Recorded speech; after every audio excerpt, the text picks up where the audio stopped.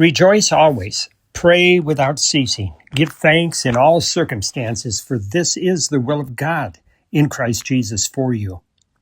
One of the questions believers often ask is, what is God's will for me? Often the person wants to know whom they should marry or whether they should take a job in another city. They are afraid of making a mistake. They fear they may mess up their lives. That fear can be paralyzing and cause anxiety God never meant for us to have. Perhaps the more important question is represented by the verse that was just read.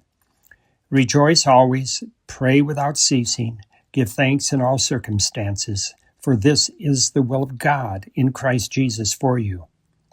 Here we know what God's will is, and it has to do with one's character and with one's relationship with God.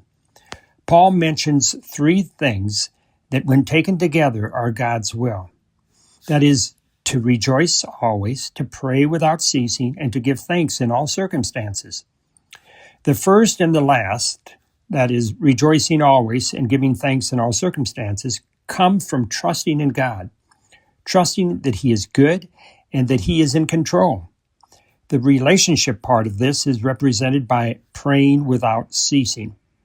Praying without ceasing is to have a constant awareness of God's presence by remembering that He is right there beside you and you can speak with Him at any time. It is like traveling in a car with one's spouse, a family member, or a close friend. There's a kind of a conversation that's going on whether you are speaking to one another or not. There are aspects of God's will that remain a mystery, and God has allowed us latitude if it does not violate either His word or His moral nature. That would be His holiness.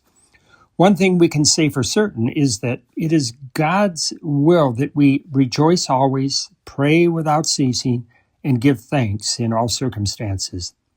Let's cultivate the practice of rejoicing in the good gifts He has given to us and thanking Him for all He has done. The more we do that, the more we will find ourselves praying to Him with faith and with thanksgiving.